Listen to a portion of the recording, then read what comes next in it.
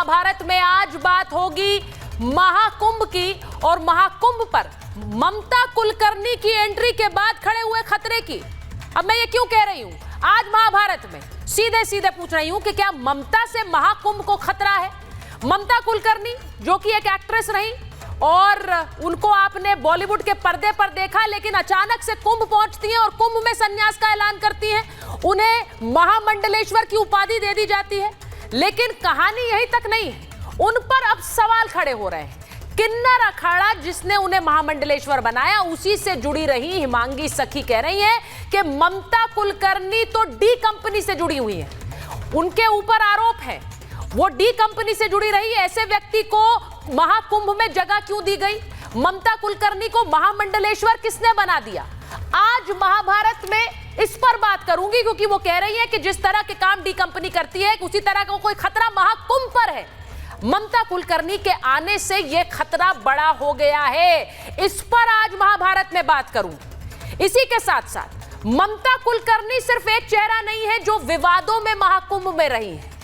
इससे पहले आईआईटी बाबा को लेकर बहुत चर्चे रहे हैं। जो तस्वीर आप देख रहे हैं, आईआईटी बाबा जिन्हें वहां पर ढूंढा गया और फिर उन्होंने कहा कि बड़ी बड़ी भविष्यवाणियां मैं कर सकता हूं। आईआईटी बाबा जिन्हें लेकर ये नाम भी वहीं से पड़ा है, आईआईटी बाबा, और ये कहा गया कि आईआईटी बाबा कभी भगवान विष्णु से बात करते हैं तो कभी भोले शंकर से बात करते हैं। खुद दावा करते हैं कि वो भगवान से बात करके, और उन्होंने तो प्रलय तक की भविष्यवाणी कर दी। ये एक चेहरा है विवाद का महाकुंभ से। और एक और चेहरा हर्षा रिछारिया रही, जो कि वहां आकर साध्वी के रूप में नजर आई। तो लोगों ने कहा कि ये साध्वी कैसे बन गई, इनका अध्यात्म से क्या लेना देना है। वो रोती हुई भी नजर आई। और उसके बाद सवाल उठे कि भाई हर्षा रिछारिया हो या आईआईटी बाबा, इन्हें अध्यात्म में या फिर सनातन में जोड़कर इन्हें संत और साध्वी की पदवी देना क्या सही है? आज महाभारत में बात इन सब पर करूंगी। क्या ये महाकुंभ से मजाक हो रहा है? क्या ये महाकुंभ के साथ छेड़छाड़ हो रही है, या फिर आध्यात्म और सनातन धर्म इतना बड़ा है, उसका अलौकिक अनुकंपा इतनी बड़ी है कि सब उसके सानिध्य में आ सकते हैं? आज महाभारत में इसी पर बात। ममता कुलकर्णी के साथ कौन खड़ा है और कौन उनके खिलाफ है? मैं हिमांगी सखी जी से भी बात करूंगी आज महाभारत में। लेकिन सबसे पहले आपको वो विवाद दिखाती हूं। ममता कुलकर्णी का क्या कनेक्शन रहा है विवादों के साथ। 1992 में उनकी फिल्मी करियर की शुरुआत हुई थी और 93 में उनका एक टॉपलेस फोटो शूट सामने आया था, जिसे लेकर बहुत चर्चे हुए। बहुत से लोगों ने उन पर सवाल उठाए कि इस तरह के शूट्स कैसे कर सकती है कोई एक्ट्रेस। 2013 में ड्रग डीलर विकी गोस्वामी से उनकी शादी हो गई और 16 में तस्करी मामले में उनके खिलाफ वारंट जारी हुआ था। ये ममता कुलकर्णी का इतिहास बता रही हूं। ममता कुलकर्णी पर अंडरवर्ल्ड से कनेक्शन के आरोप बार बार लगते रहे। डी कंपनी के अबू सलेम से उनके अफेयर की खबरें भी रही, चर्चा भी रही, और फिल्म डायरेक्टर को धमकाने का आरोप ममता कुलकर्णी पर लगा। यह कहा गया कि डी कंपनी से फिल्म डायरेक्टर को ममता कुलकर्णी ने धमकी दिलवाई थी। अब ये सब आरोप ममता कुलकर्णी पर लगते रहे, इसीलिए आज जब उन्हें महामंडलेश्वर की उपाधि दी गई है तो बहुत सारे सवाल उठ रहे हैं कि आखिर क्या कोई भी जाकर महामंडलेश्वर बन सकता है? क्या महाकुंभ में किसी को भी यह पदवी दी जा सकती है? क्या उसके लिए सनातन अध्यात्म का ज्ञान जरूरी नहीं है? और अगर ममता कुलकर्णी वहां महामंडलेश्वर बनी है तो क्या उन्हें यह ज्ञान है? आपको सुनवाती हूं डी कंपनी से रिश्तों पर ममता कुलकर्णी ने हमारी सहयोगी प्रियंका से क्या कहा, जरा सुनिए। विरोधी आप पर कटाक्ष भी कर रहे हैं। वो कह रहे हैं जिन पर ड्रग्स के केस में जुड़ा जिनका नाम हो, डी कंपनी से जुड़ा हुआ जिनका नाम हो, वो कैसे महामंडलेश्वर बन सकती है? इतनी बड़ी उपाधि उसे कैसे दी जा सकती है? नहीं, डी कंपनी का नाम तो सब जगह, सब बॉलीवुड के ऊपर है।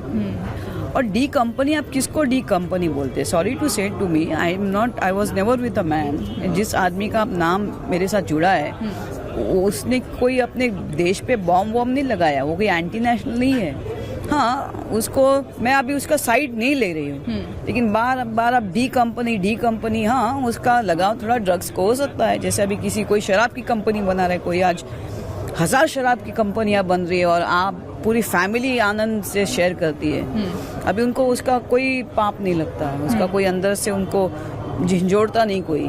तो वैसा ड्रग्स के ऊपर आकर्षण किसी का हो सकता है। जैसे इतने सारे लोग ले रहे हैं तो बनाने वाले भी होंगे। देने वाले हैं इसलिए बनाने वाले, तो उसको क्यों उस चीज से आकर्षण है वो आप खुद उनको पूछ लेना जब कभी अगर मौका मिला तो बाकी वो डी कंपनी है ही नहीं ना। वो कह रही है मेरा डी कंपनी से क्या लेना देना है, ड्रग्स की तरफ किसी का आकर्षण हो सकता है, मेरा नाम उनसे जुड़ गया। लेकिन क्या ये कहानी इतनी ही छोटी और आसान है? अब ममता कुलकर्णी पर आरोप हिमांगी सखी लगा रही हैं, जो खुद किन्नर अखाड़े से जुड़ी रही। वो कहती हैं कि महाकुंभ में किस मकसद से आई हैं ममता। वो सवाल पूछ रही हैं कि ममता डी कंपनी से जुड़ी रही थी। उनसे यह भी कहा कि ममता से महाकुंभ को एक बड़ा खतरा है, हिमांगी कह रही है। वो कह रही है कि पहले ब्लास्ट डी कंपनी करा चुकी है, उसी तरह के ब्लास्ट की एक डर ममता के आने से खड़ा हो गया है। वो ये कह रही है ममता पर पहले से कई गंभीर आरोप हैं और इसीलिए ममता जैसे किसी भी व्यक्ति को यहां कोई उपाधि नहीं देनी चाहिए। आज महाभारत इसी पर कर रही। कई चेहरे आ रहे हैं। ममता कुलकर्णी के कुंभ आने से क्या वाकई खतरा है? जो लोग बाबा बनकर घूम रहे हैं या साध्वी बनकर घूम रहे हैं, क्या उनको आध्यात्म में बुलाया जा रहा है? वो सनातन धर्म की ओर आगे बढ़ रहे हैं या फिर ये सिर्फ दिखावा है? ये रिपोर्ट पहले देख लीजिए। व्यापी देवे नमो नमः।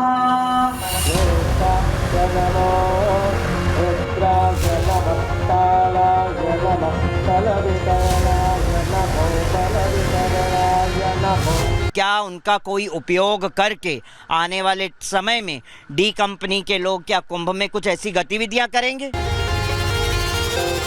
बॉलीवुड अभिनेत्री ममता कुलकर्णी ने ग्लैमर की दुनिया छोड़कर महाकुंभ में आध्यात्म अपना लिया। ममता को किन्नर अखाड़े का महामंडलेश्वर बनाया गया, लेकिन कभी किन्नर अखाड़े से जुड़ी हुई हिमांगी सखी ममता के महामंडलेश्वर बनने पर सवाल उठा रही।